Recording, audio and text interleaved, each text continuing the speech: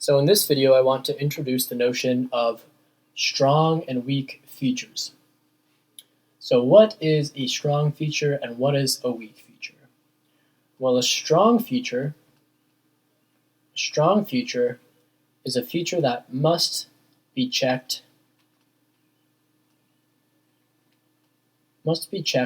overtly. And so what does this mean exactly?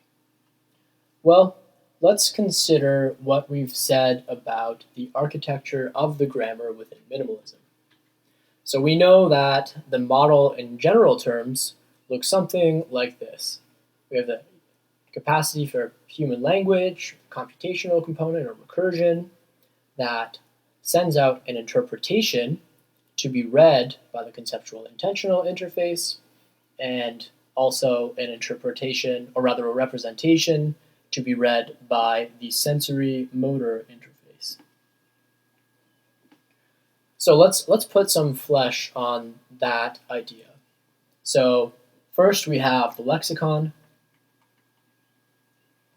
and a selection from the lexicon is operated upon by merge, and merge yields two representations. One that's read by the conceptual intentional interface, and we'll just call that logical form. And similarly, the other representation is read by the sensory motor interface, and let's call that representation phonological form. And so we have this point that's inputted by merge, and that outputs, on the one hand, logical form, or the representation for CI, and on the other hand, phonological form, the interpretation for SM. So let's call this meeting point transfer. And one important point about transfer is that it's not a level of representation, it's just the name for this point of intersection. On conceptually necessary grounds, we know that the language faculty has to output these two representations, and so it's useful to say that there's a level that mediates between the language faculty and the representations that are outputs. Okay, so what is this notion of overt movement? Well,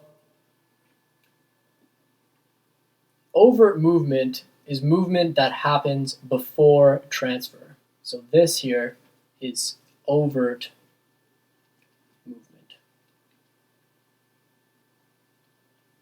Covert movement, on the other hand, is movement that happens after transfer.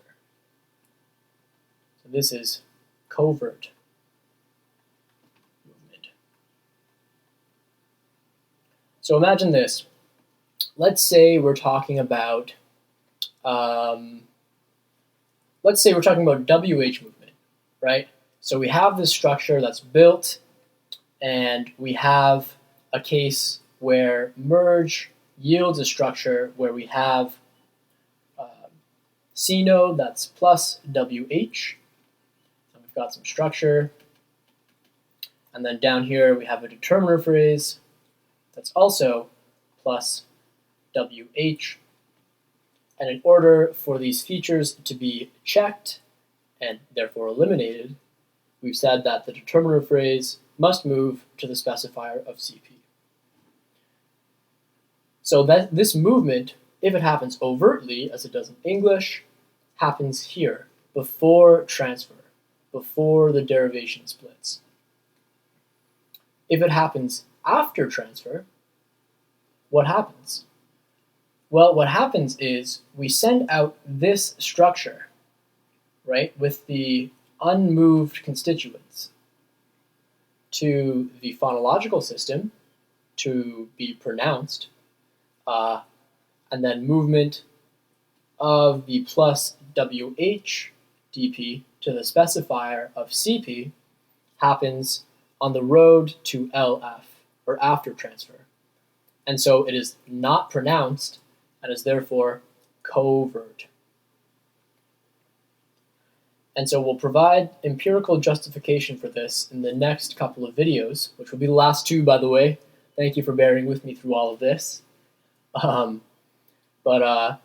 Yeah, so this notion of covert movement is likewise important for defining weak features. So just as a strong feature must be checked overtly, a weak feature can be checked